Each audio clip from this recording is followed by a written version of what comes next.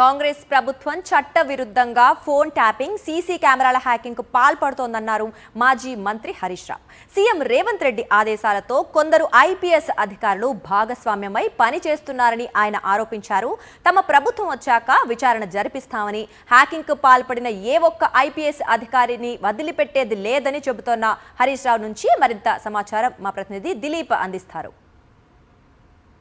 మాజీ మంత్రి deputy floor leader Harish Rao చేసినటువంటి వ్యాఖ్యలు ఇప్పుడు రాజకీయంగా చర్చకు దారితీశాయి. తమ ఫోన్లతో పాటు తమ సీసీ కెమెరాలు కూడా యాక్ట్ చేస్తారు అంటూ కూడా కామెంట్లు చేశారు. దీనిపైన మాట్లాడడానికి మనతో పాటు హరీష్ రావు గారు. మీరు కామెంట్లు చేశారు, ఇప్పుడు రాజకీయంగా చర్చకు దారితీస్తాయి. ఎవరెవరి ఫోన్లు ట్యాప్ చేస్తున్నారు, ఎవరెవరు సీసీ కెమెరాలు ట్యాప్ చేస్తూ ఉన్నారు, ప్రైవేట్ హ్యాకర్లు అండ్ బెంగళూరు మీకు దగ్గర ఉన్నటువంటి సమాచారం ఏంటి? కాంగ్రెస్ ప్రభుత్వము ఇల్లీగల్ ఫోన్ హ్యాకింగ్కు పాల్పడతా ఉంది. ఇది చట్టబద్ధంగా జరగడం లేదు. చట్టానికి అతీతంగా ఇతర రాష్ట్రాల నుంచి ప్రైవేట్ హ్యాకర్లను తెప్పించి రేవంత్ రెడ్డి గారి ఆదేశాలతో కొంతమంది ఐపీఎస్ అధికారులు దీంట్లో భాగస్వామ్యమై పనిచేస్తూ ఉన్నారు. నేను వాళ్ళని హెచ్చరించేది ఒక్కటే, రేపు బీఆర్ఎస్ ప్రభుత్వం వచ్చేది ఖాయం.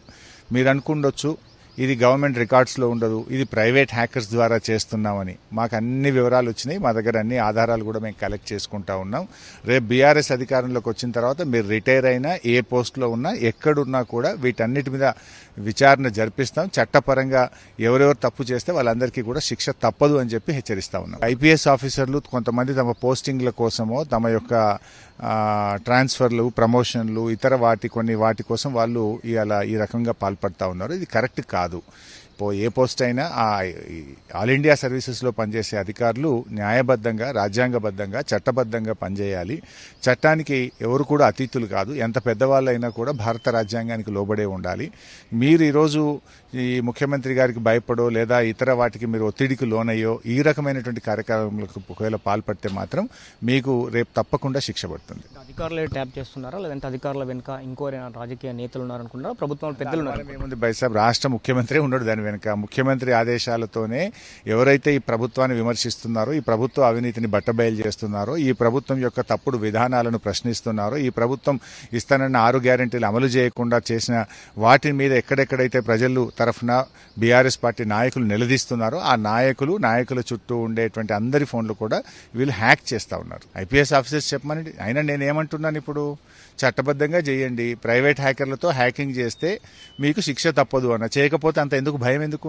ఒకవేళ మీరు తప్పుడు పనులు చేయకపోతే మీరు భయపడాల్సిన అవసరం లేదు కదా. తప్పు చేస్తే రేపు శిక్ష తప్పదు అంటున్నా. రాజ్యాంగబద్ధంగా వ్యవహరించకపోతే మీకు శిక్ష తప్పదు అంటున్నా. ఏవైతే 6 గ్యారెంటీలు కానీ అలాగే ఆ ప్రజలకు ఇచ్చినటువంటి హామీలను నిలదీస్తున్నందుకే బీఆర్ఎస్ పార్టీ ముఖ్య నేతల ఫోన్లు కానీ అలాగే సీసీ కెమెరాలు కానీ హ్యాకింగ్ చేస్తూ ఉన్నారు. బెంగళూరు నుంచి ప్రైవేట్ హ్యాకర్స్ను తీసుకువచ్చి హ్యాకింగ్ చేస్తున్నటువంటి పరిస్థితి కనిపిస్తున్నటువంటి ఆరోపణలు చేస్తూ ఉన్నారు. బలమైనటువంటి ఆధారాలు ఉన్నాయి. ఖచ్చితంగా దీనిపైన రానున్న రోజుల్లో కోర్టుకు కూడా వెళ్తాము అనేటువంటి ఈ హ్యాకింగ్ వెనకాల సీఎం రేవంత్ రెడ్డి ఉన్నారు అనేటువంటి ఆరోపణలు కూడా చేస్తున్నారు. ఇక మోదీ సభకు సంబంధించి కూడా జాతీయ ప్రాజెక్టులు అనౌన్స్మెంట్ చేయాలని డిమాండ్ చేస్తున్న పరిస్థితి కనిపిస్తూ ఉంది.